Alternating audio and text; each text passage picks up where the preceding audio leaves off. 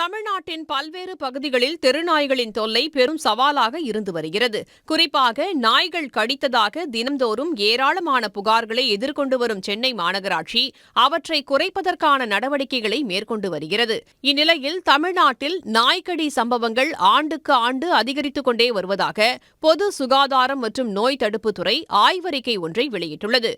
கடந்த 22ஆம் ஆண்டை ஒப்பிடும்பொழுது 2023ஆம் ஆண்டு நாய்க்கடித்தலின் பாதிப்பு 18% அதிகரித்துள்ளது தெரிய வருகிறது.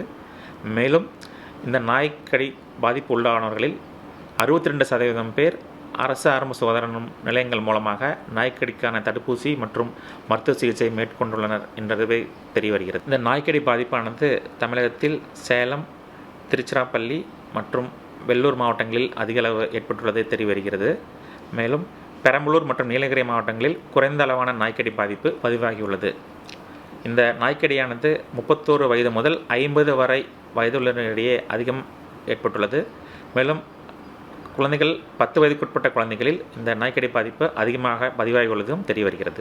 அதன்படி கடந்த 2022ஆம் ஆண்டு 3,65,318 நாய்க்கடி சம்பவங்களும் மறு ஆண்டு 4,40,921 நாய்க்கடி சம்பவங்களும் என மொத்தம் 8,06,239 சம்பவங்கள் நடந்திருப்பதாக குறிப்பிடப்பட்டுள்ளது. 2022ஆம் ஆண்டை விட 18% இது அதிகமாகும். இவற்றுள் கடந்த 2022ஆம் ஆண்டில் 41 முதல் 50 வயதிற்கு உட்பட்ட 58,693 பேரும், 31 முதல் 40 வயதுக்குட்பட்ட 59,484 பேரும் பாதிக்கப்பட்டிருப்பதாக தெரிவிக்கப்பட்டுள்ளது. 10 வயதிற்கு கீழ் 58,609 குழந்தைகள் நாய்க்கடிக்கு ஆளாகியிருக்கின்றனர். இதேபோல கடந்த 2023ஆம் ஆண்டில் 41 முதல் 50 வயது வரை உள்ள 72,999 பேரும், 31 முதல் 40 வயது வரை உள்ள 71,040 பேரும் பாதிக்கப்பட்டிருந்தனர். 10 வயதிற்கு கீழ் 65,688 பேர் நாய்க்கடிக்கு ஆளாகியுள்ளனர்.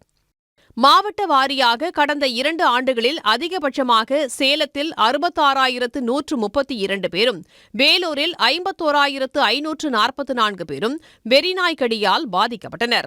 இதே காலகட்டத்தில் திருச்சியில் 46,459 நாய்க்கடி சம்பவங்கள் பதிவான நிலையில் சென்னையில் இதுபோன்று 21,720 சம்பவங்கள் நிகழ்ந்திருப்பதாக பதிவு செய்யப்பட்டுள்ளது. செல்லப்பிராணிகளை நாயை வளர்த்தும் நாய் உரிமையாளர்கள் அவருடைய நாய்களுக்கு கட்டாயம் ரேபிஸ் தடுப்பூசி போட வேண்டும். அது மட்டுமின்றி பொதுமக்களிடையே ரேபிஸ் வெறிநாய் கடி பற்றிய விழிப்புணர்வை ஏற்படுத்த வேண்டும். நாய் கடித்தால் உடனடியாக கடிப்பட்ட இடத்தை 15 நிமிடங்கள் தண்ணீர் மூலமாக கழுவி உடனடியாக அருகிலுள்ள அரசு மருத்துவமனையை நாடி ரேபிஸ் தடுப்பூசியை பெற வேண்டும். நாய்க்கடிக்கு ஆளானவர்கள் பெரிய அளவில் ஊதிய இழப்பை எதிர்கொண்டது ஆய்வறிக்கையில் குறிப்பிடப்பட்டுள்ளது.